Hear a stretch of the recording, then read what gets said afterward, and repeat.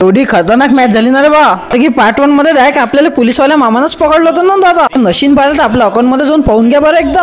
काय म्हणता बोट्टे हो, जय शिवराय. अहिल्यानगरचा रस्ता तर एवढा खराब होता ना भाऊ, डायरेक्ट हातभर मोठे मोठे गड्डे ना. असं तरी पोहोचलोच भाऊ आम्ही डायरेक्ट अहिल्यानगर मध्ये. दुसऱ्या दिवशी आपली मॅच होती, मग फट्टाच्या खोल्या गेल्या एवढा खतरनाक नशीब की डायरेक्ट लिफ्टच बंद होती ना आमची.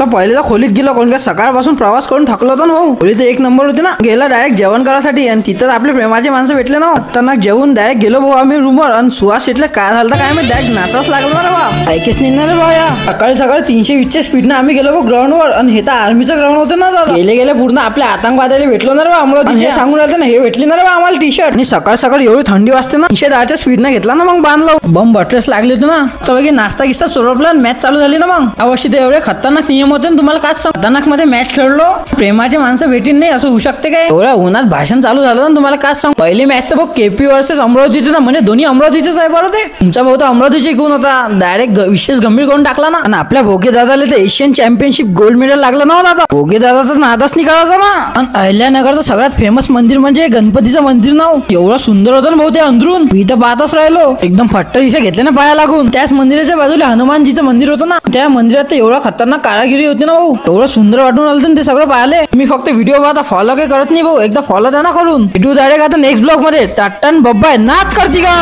और फिर देखो झटपट फटाफट लक्ष्मी जी घर के अंदर प्रसन्न होके अंदर आएंगे।